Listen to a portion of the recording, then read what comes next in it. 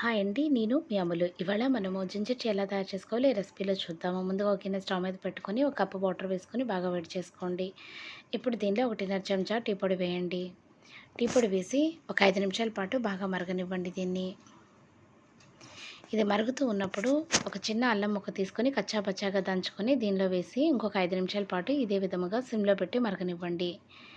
ఇప్పుడు ఒక 2 ఇలాచీ తీసుకొని బాగా కచ్చాపచ్చాగా దంచుకొని దీనిలో వేసి దీన్ని కూడా ఒక 5 నిమిషాల పాటు మరగనివ్వండి. ఇప్పుడు 1.5 కప్పు పాలు తీసుకోండి. పాలని మరుగుతున్నటువంటి టీ మిశ్రమంలో వేయండి. వేసి ఇది బాగా మరిగే వరకు కొంచెం సేపు వెయిట్ చేయండి. ఇప్పుడు మనకి టీ మరగడం స్టార్ట్ అయింది కదా! ఈ విధముగా మరుగుతూ ఉన్నప్పుడు ఇంకొక సిమ్‌లో పెట్టి ఇంకొక 5 నిమిషాల పాటు అదే విధముగా మరగనివ్వండి. ఇప్పుడు మీకు సరిపోయినంత దీనిలో షుగర్ మిక్స్ చేసుకోండి.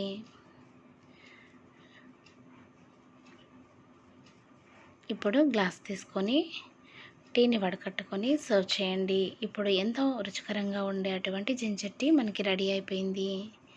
ఈ విధంగా మీ ఇంట్లో కూడా ట్రై చేయండి.